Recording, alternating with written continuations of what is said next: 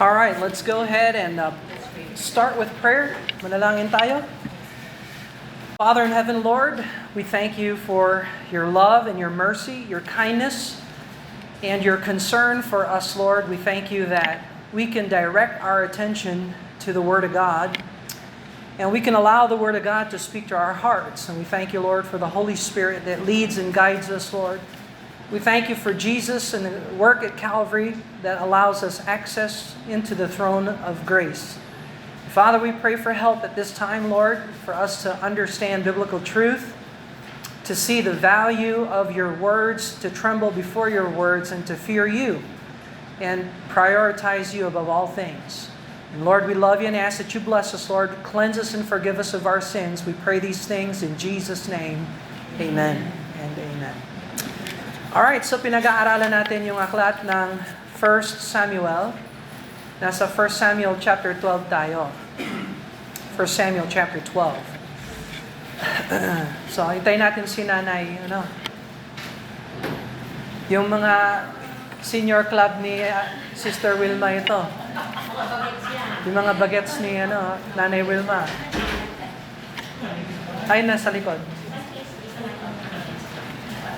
Yan. Okay. Yung mga young people, pasaway kayo, Anyway. Alright, we're in 1 Samuel chapter 12. At sa mga nakalipas na chapters, nakita natin yung chapter 8 ay kung saan in-introduce ni Samuel yung magiging hari ng Israel na hindi naman kalooban ng Diyos. And the difference is a matter of timing and character. So God designed for Israel to have a king. God wanted a theocratic monarchy. Ang problema, inunahan ng tao ang Diyos. At gano'n naman talaga tayo, no? Palaging makikita naman natin yung sarili natin sa salita ng Diyos. Palaging inuuna natin yung Diyos. That's very easy to do.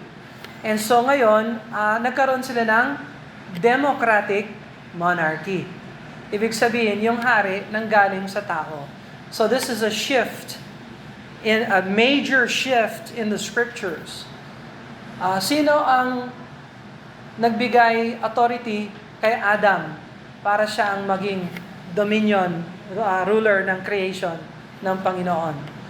God. It was theocratic. God chose Adam. Siyempre, pasaway si Adam, pasaway din ng lahat ng salinlahi ni Adam. He fell in sin. So God erased all of man and started new, fresh. Who was that man that God assigned to take over the dominion? Hindi na si Adam, patay na. Wala na si Adam. Noah. It was Noah at the flood. No? So, creation, fall, flood. Now, ganun din si Noah. Pasaway din si Noah nung natapos yung flood. Naalala ninyo, naglasing siya, naghubad siya, and so on and so forth.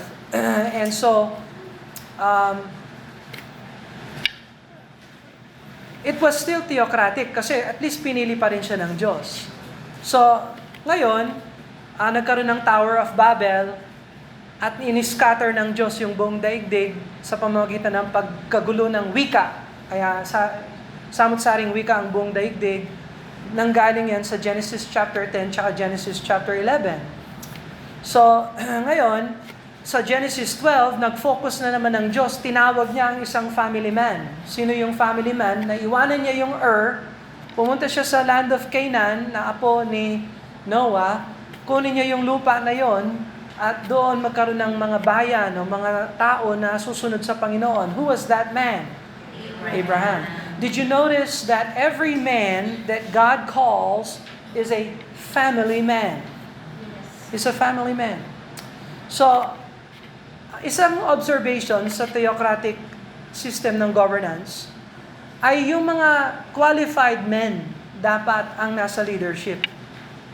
So, suriin ninyo ang landscape ng politics ng Pilipinas. Now, I'm not anti-government or anything like that. I'm just making observation. Pwede rin gamitin yung US, Kasi I'm from the US. Some of my life was there. Pero sa Pilipinas, halimbawa, kung pipili tayo ng leader, hindi masama na gamitin natin yung theocratic model. We should look for a family man. We should look for a man who's faithful to one wife for life. Is that correct? So yan ang plano ng Diyos. And then, yung family man na yan, bibigyan sila ng mga anak, plural. You understand what I'm saying? So, yan ang pinaka-minimal requirement ng leadership sa isang local church. You understand that? So, in God's theocratic system, a qualified man is a married man with children. Plural. And that's the leadership of a local church. Well, we can apply that when we look for leadership in any area of life. Does that make sense? So if God qualifies Adam, gave him children, he has one wife, faithful to her. God gave Noah, he's got children, one wife, faithful to her. Abraham, now Abraham missed the perfect will of God because he had Hagar and Keturah. So may 6 pa siyang anak kay Keturah. May isang anak siya kay Hagar. And isang anak niya kay Sarah. And so, but nonetheless, he's a family man. So, when it comes time to look for a leader for a country, I believe the biblical standard is a family man. Do you understand what I'm saying? A man who's faithful to his wife, who rules over his house with children. When you're looking for a pastor, we look for that type of man. You understand that? That's the kind of man we're looking for. Now, there are many men who are either in the process of having children or can't have children or whatever. They're not qualified to be a pastor, but they fulfill the role of a pastor. They are pastoral. You understand what I'm saying? So, I don't designate them formally as a pastor, but they are in charge of they oversee a body of Christ, an assembly of baptized disciples. So they are pastoral in their role. Halimbawa, this is exactly where I'm at. I'm not a pastor. A lot of people assume, Pastor Bill or whatever, and some people do call me that, but that's not formal. That's more informal. And I fulfill the role of a pastor as I'm seeking to establish this work. You understand that? Brother RJ is fulfilling the role of a pastor as he's assisting me, helping us. Brother RJ helps in Candelaria. Brother Kenneth is filling the role of a pastor helper to Brother RJ in Candelaria. We're not pastors. So, when does a man become a pastor? Well, when the church takes him on as a pastor. Okay? And then he fills the qualifications of Scripture. Yun. Okay, so, just clarifying that. Now, kung maganda yan sa church, maganda kaya yung standard na yan sa lipunan? Would that be a good standard for society? To vote in, if you were to vote leader in a society, you should look for a family man. A man who's faithful to his wife. You can see how he rules his children, if he rules his children well. If he could take care of his family, do you think he could take care of a village? Could he take care of a district? Could he take care of a city? Could he take care of a whole nation? You understand what I'm saying? Okay, now, let's go forward to 2026 because this is where we live. Yung mga congressman natin, lalo na yung mga tanyag na congressman, are they a family man? Yung ilan, hindi. Yung ilan, wala pang asawa. Walang asawa, pero nangangasiwa ng lipunan. Sino kaya nagluklok ng mga taong ganon? Yung mga tao na walang standard na biblical. Do you understand that? So ngayon, yung lipunan natin, how are we doing? Kumusta yung corruption ng bayan natin? Are we doing good, bad, or ugly? Nasa ugly na tayo, ha? Kayo naman. Ang lupit naman ninyo. Do you understand what I'm saying? Okay? Senate, mayor, yung isa, mayor ng isang city. Who's his wife? May wife ba? Wala. Where's his children? Wala. So hindi natin alam kung how he manages his house, but we allow him to manage his whole city. Do you understand what I'm saying? Yes. I'm saying, kayo ang nagboboto niyan, you're the one voting. 2028. Yung iba, hindi makapaghintay ng 2028. Sinong front runner? Si Abraham o si Sarah? Sinong front runner? Si Sarah. Is he a husband of one wife? Do they have children? Does he manage his household well? But you understand that she does not qualify biblically as far as leadership. Pero siya ang front runner. So yung lipunan natin, hindi tinuturuan ng Bible ng mga Baptist churches. Kaya yung bayan natin, kahit na meron ka pang malaking pagpupulong ng mga Baptist, ay corrupt pa rin. At mananatiling ganyan hanggat hindi natin ino-honor ang salita ng Diyos. Do you understand that? So, nagbitaw na si Samuel ng theocratic judiciary ng Panginoon. Remember, sinong namuno pagkatapos ni Noah? Si Abraham. Si Abraham, Isaac, Jacob, Joseph, at ngayon nasa Judges na tayo. Okay? Moses, Joshua muna. Joshua, Judges. And ngayon, nasa Samuel tayo. The final judge is Samuel. Who's the next judge? Sana yung anak ni Samuel, no? Sila, sino yung mga anak ni Samuel? Ang ganda ng pangalan nila. Joel at saka si Abaya. Yes. Joel and Abaya, sana. Kaya lang, hindi sila sumunod sa tapak ng kanilang tatay. And that's the failure of Samuel.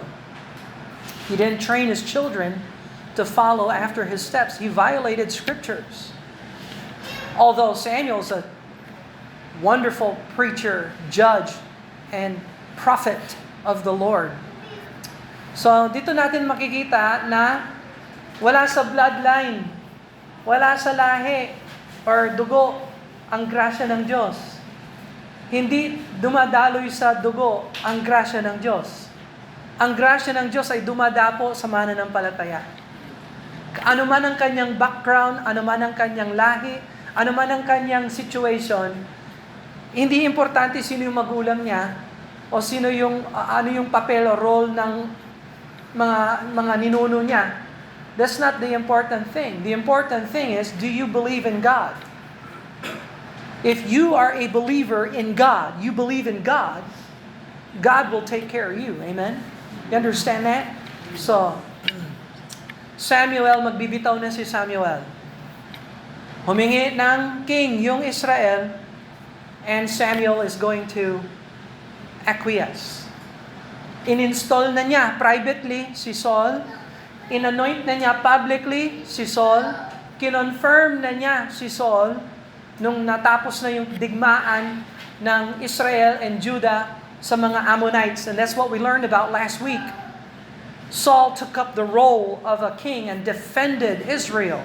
And now, Samuel, kumbaga sabi ni Samuel, he must increase, I must decrease. Parang si John the Baptist, nung dumating si Jesus. Ganun ang Baptist. Ang importante si Jesus. Hindi tayo. Amen? So, So Samuel, magbibitaw na siya. So we're looking at Samuel chapter 12, Samuel's farewell sermon. Now this is a great chapter para sa atin bilang mananampalataya. Why? Kasi yung message ni Samuel ay kailangan nating marinig. Kasi nabubuhay tayo under the governance ng democratic system. Na, question, let me ask you a question. Do you believe that the democratic system of governance is the will of God, the perfect will of God for society?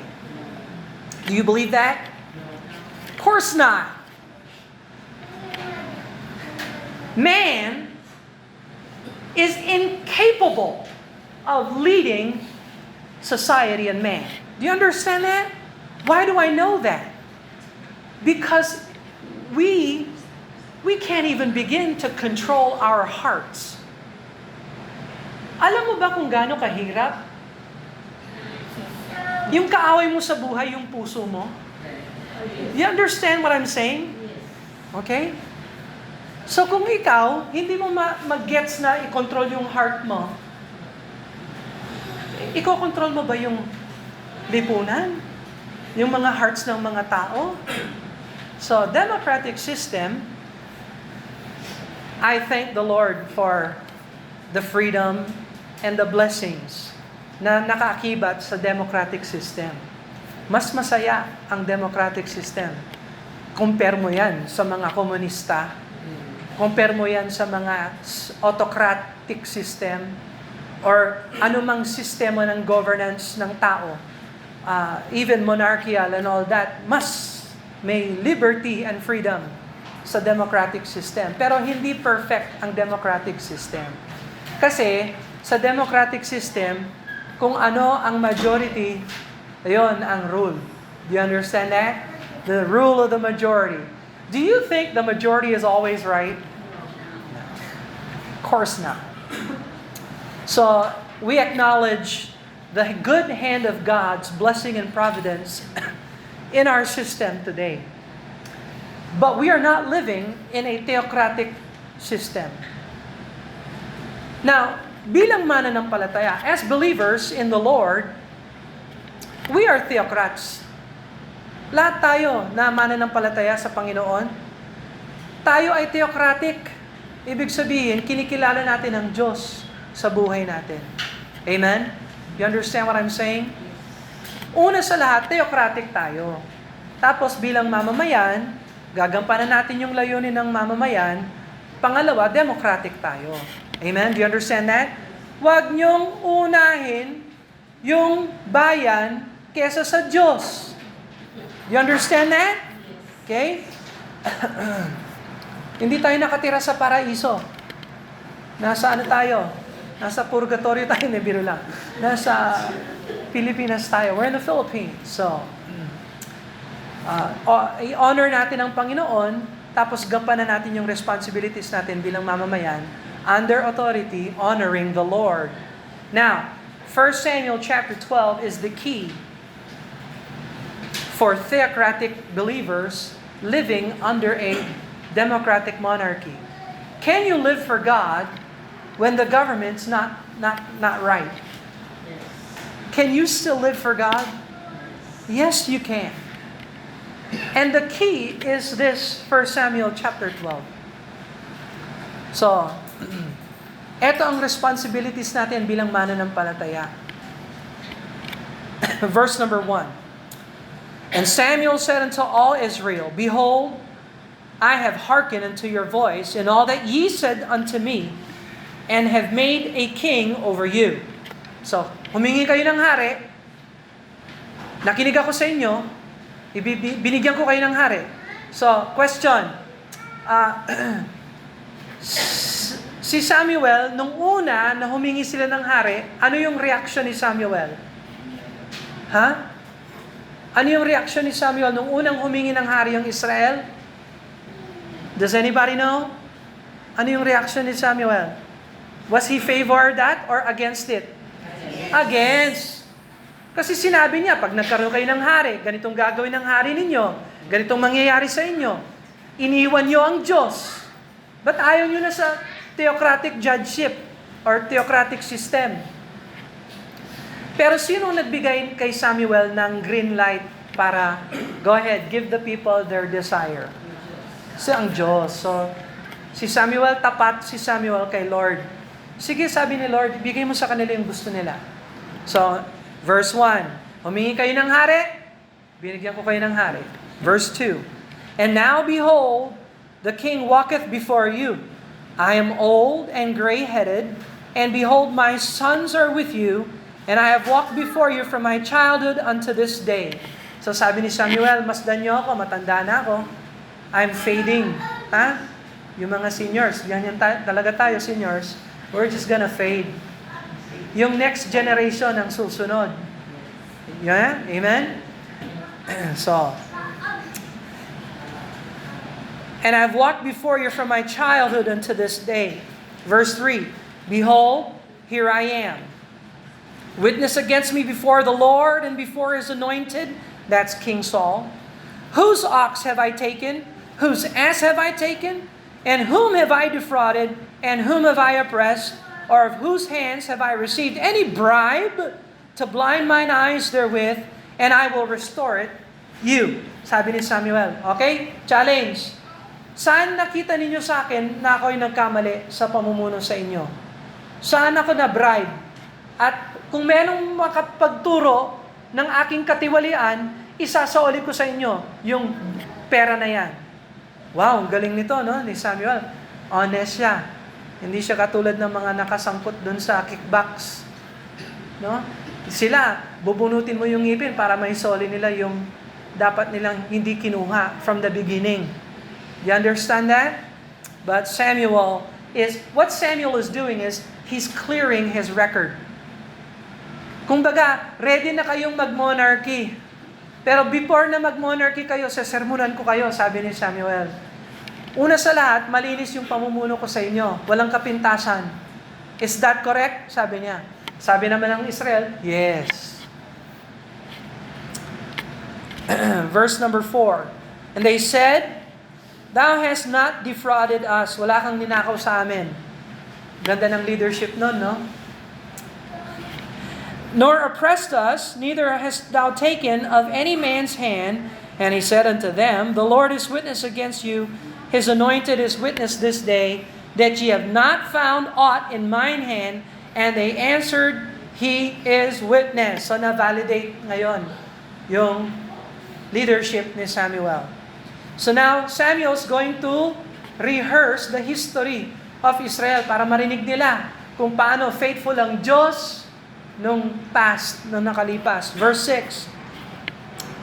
And Samuel said unto the people, It is the Lord that advanced Moses and Aaron, that brought your fathers up out of the land of Egypt. Now therefore stand still, that I may reason with you before the Lord of all the righteous acts of the Lord, which he did to you and to your fathers.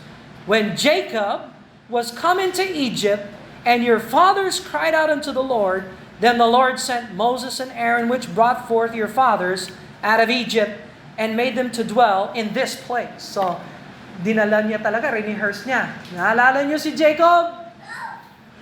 Nung sinabi ni Joseph, dito ka na lang tumira sa Egypt. At si Jacob naman, tagutom naman dito sa Canaan, kaya lipat tayo sa Egypt. At ginawa silang mga alipin. For hundreds of years, they were slaves. Until they cried to the Lord, and God sent Moses. Amen? And delivered them. And brought them in the land of Canaan. Now, Moses died in the process. Pero sinong assistant ni Moses na naging namuno at pinasok sila sa Canaan? Joshua. That's right. Verse 9. And when they forgot the Lord their God, He sold them into the hands of Sisera, captain of Hazor. So, yung Philistines there, Sisera. And into the hands of the Philistine, into the hand of king of Moab, and they fought against them. And they cried unto the Lord and said, We have sinned, we have forsaken the Lord, and have served Balaam and Ashtaroth, and deliver us out of the hands of our enemies, and we will serve Thee. So naalala ninyo nung kapanon ng mga judges? You remember Sisera? You remember jail in the nail? Okay? And how many judges were there? Ilan ang mga judges nung kapanahon ng mga judges? 12. 13th judge si Jehovah. Pero hindi kinikilala siya. But 12 judges. You remember them? Yeah? You remember the judges?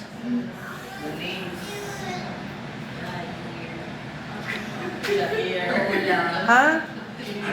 Tola, Elon, Shamgar, Ehud. Nako.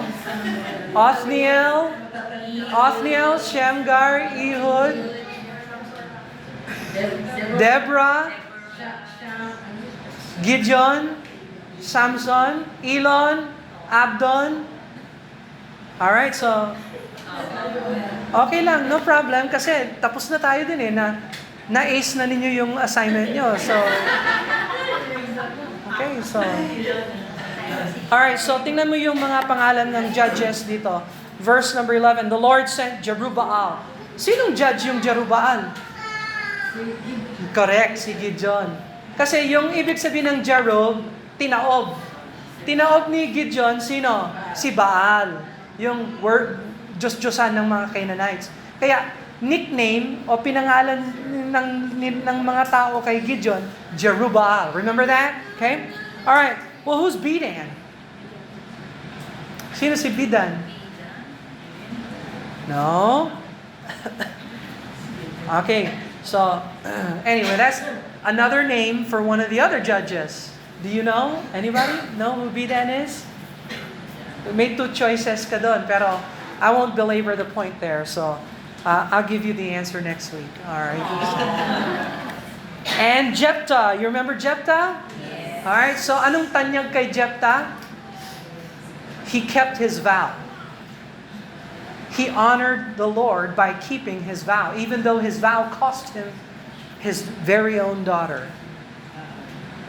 Okay? Samuel, you remember Samuel?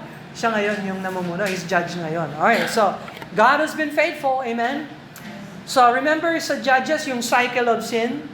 Sin brings suffering. Suffering brings sorrow. Sorrow brings supplication. Supplication brings salvation. Ganon, deliverance ng Panginoon. So, we have that there. All right, verse 11, and the Lord sent Jerubbaal, Bidan, Jephthah, Samuel, delivered you out of the hand of the enemies on every side, that ye dwelt safe. And when ye saw that Nahash, king of the children of Ammon, came against you, he said unto me, Nay, but a king shall reign over us when the Lord God was your king. So napakasakit na tinanggihan nila. Ang namumuno sa inyo, si Jehovah, si Lord, si God. Pero kayo, pasaway kayo, hindi kayo nakinig. Kaya ayan, may Saul naman kayo. At dineliver naman ni Saul, pinagtanggol naman ni Saul yung Israel sa bayan ng Ammonites. At yung leader na si Nahash. That's what we learned about last week. Alright, so, how's Samuel's preaching? Is it good preaching? Yes. So, yung preaching ni Samuel, biblical ba? Yes. Rehearse niya yung kasaysayan ng Genesis, Exodus, Leviticus, Number, Deuteronomy, Joshua, Judges. Understand it? So, faithful si Samuel bilang mangangaral. So, when you go to hear preaching, you need biblical preaching. Hindi yung mga kwentong barbero at yung nagpapatawa and so on and so forth. Napaka-ignorante ng mga Kristiyano ngayon sa biblical truth kasi hindi hinahanap sa preacher yung una sa lahat, hindi naman qualified yung preacher. You understand what I'm saying? Okay? Tapos yung pinipreach niya, ano yung content ng preaching niya? Is it scripture? Did Samuel preach the word? He gave them all the words of the Lord. So, wala pa yung application. Paano tayo bilang mananampalataya mabubuhay sa ilalim ng governance na mali? Verse 13, Now therefore, behold, the king whom ye have chosen, whom ye have desired, And behold, the Lord hath set a king over you. Verse 14. If ye will fear the Lord and serve Him and obey His voice and not rebel against the commandment of the Lord, then shall both ye and also the king that reigneth over you continue following the Lord your God. So yan ang responsibility natin bilang mananampalataya sa isang governance na mali. Ano yung mga responsibilities natin? Fear the Lord. Fear of the Lord. Fear of the Lord. Fear of the Lord. May takot ka ba sa Panginoon? May takot ka ba talaga sa Diyos? Ang tema ng fear of the Lord ay napaka-importante magmula Genesis hanggang Revelation. Hanggat hindi natatakot ang tao sa Diyos, magiging magulo at walang kabuluhan ang kanyang buhay. Do you understand what I'm saying? You can come to church without the fear of the Lord. And I'm afraid a lot of Christians, they come to church kasi may pagkain doon. They come for food. Some come to church because of fellowship. Kasi nandyan yung mga kaibigan ko. Nandun yung mga kabats ko or whatever. Ay nandyan yung mga ngaralo, favorite preacher ko yan.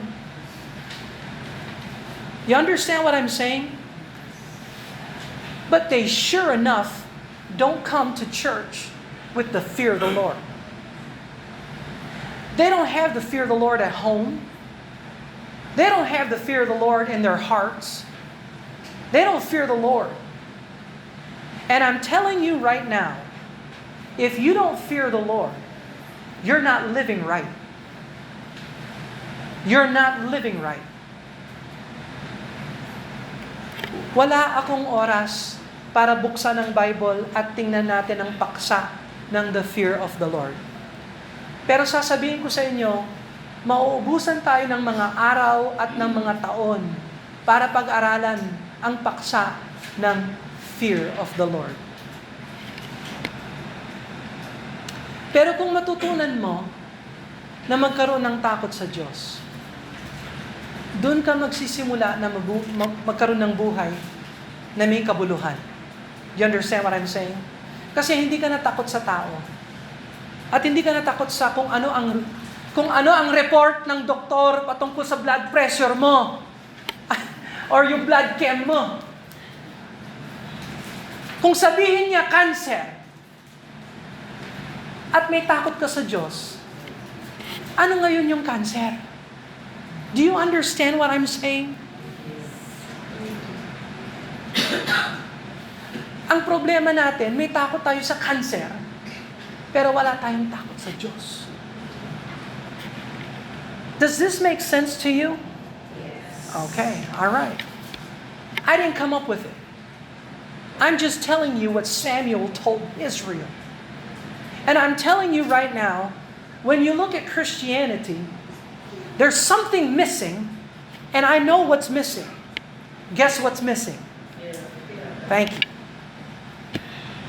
Pero hindi problema ni Bill ang Christianity. Ang problema ni Bill, sino? Sino problema ko? Si Bill! Amen? So, I'm telling you, fear the Lord, but I need to remind myself and think to myself, Bill, you better fear the Lord.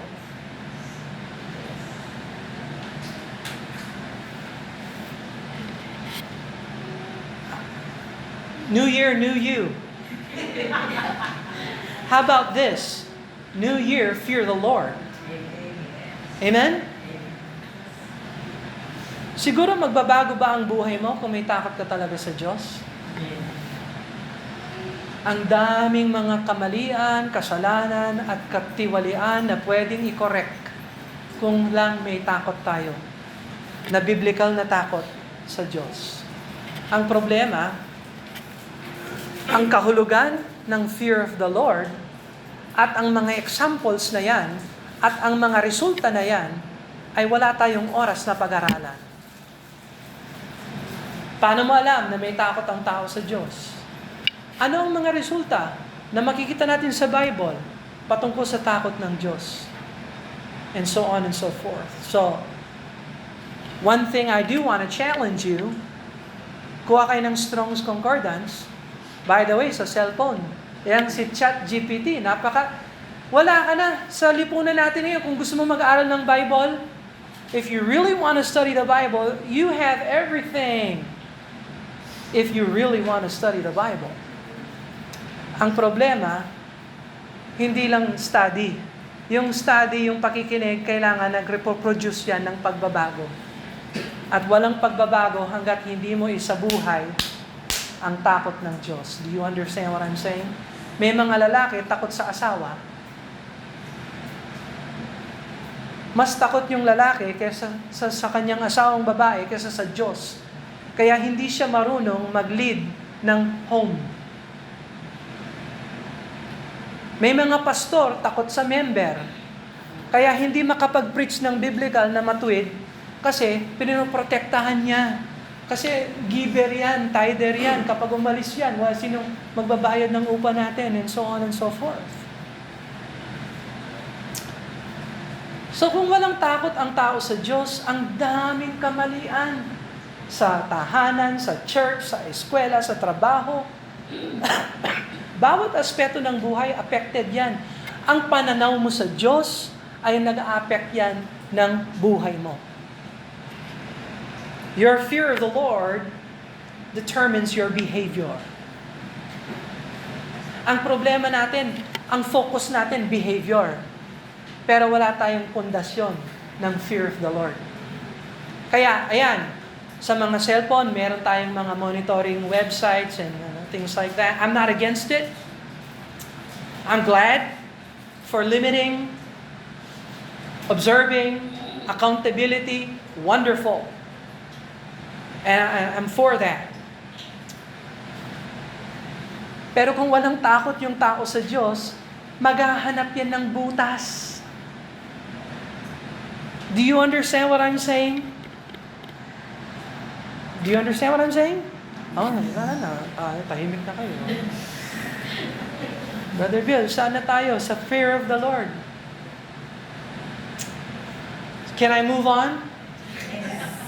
No? I really don't want to kasi I'm telling you, alam ba ninyo na isa sa pangalan ng Diyos ay fear? Pangalan niya ng Diyos. We know Him as Jehovah. We know Him as Elohim. We know Him as Jehovah Jireh, Jehovah Nisi, El Shaddai. We know Him as Elohim, El Elyon, the Lord of Sabaoth. We know all the names of God. Did you know that one of His name is fear? He's the God of Isaac, the God of Jacob, the God of Abraham, the God of Isaac, and the fear of Jacob. Sa Genesis, tinawag si Lord fear of Jacob. That's His name. His name is fear.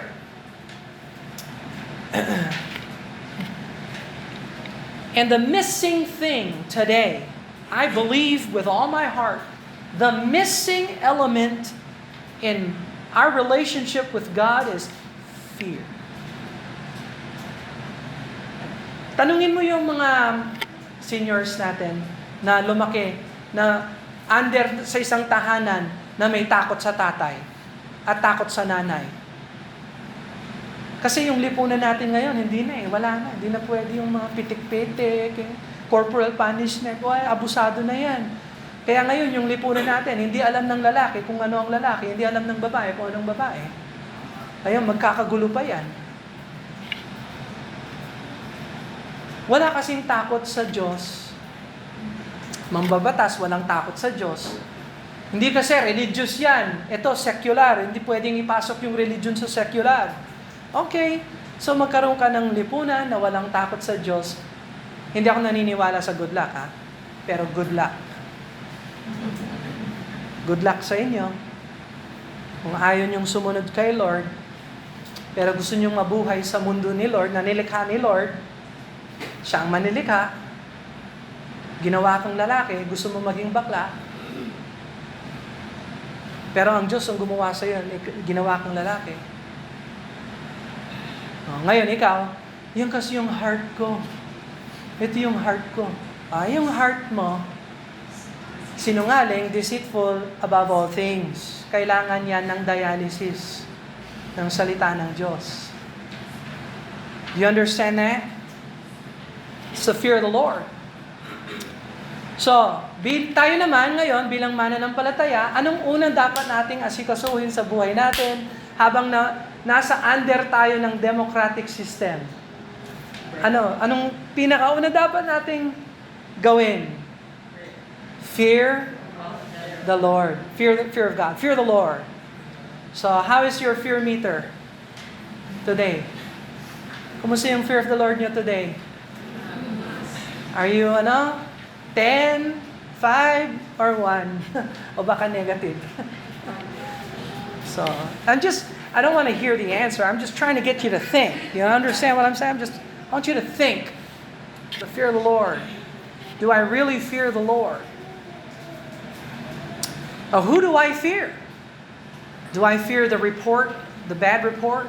Do I fear my family? Do I fear my friends? Do I fear the situation? Do I fear an event? Do I fear other things above the Lord? Or do I trust in the Lord? Do I try to live my life for the Lord? Do I fear the Lord? So yung iba naman, I want to go back here. Tanungin niyo yung mga seniors na lumaki na may takot sa kanilang magulang. Marunong sila magsalita sa tahanan. Hindi sila bastos. Hindi sila alam nila kung paano magmano. Hindi sila sinasabihan, o yan, si Lola, manuhin mo yan. Hindi, tinuruan na yung bata na magmano. Bilang respeto. Kulang yan sa lipunan natin ngayon. Do you understand what I'm saying? Yes. All right. We'll continue next week. Let's pray. Ask the Lord to bless them. Father in heaven, we thank you for the principles that we see in the scriptures that teach us how to operate under a democratic governance system that is antichrist. And I pray, Father, that you would spare us and teach us, help us to apply the scriptures in our life, starting with ourselves and our relationship with you and the fear of the Lord that should be between us, Lord.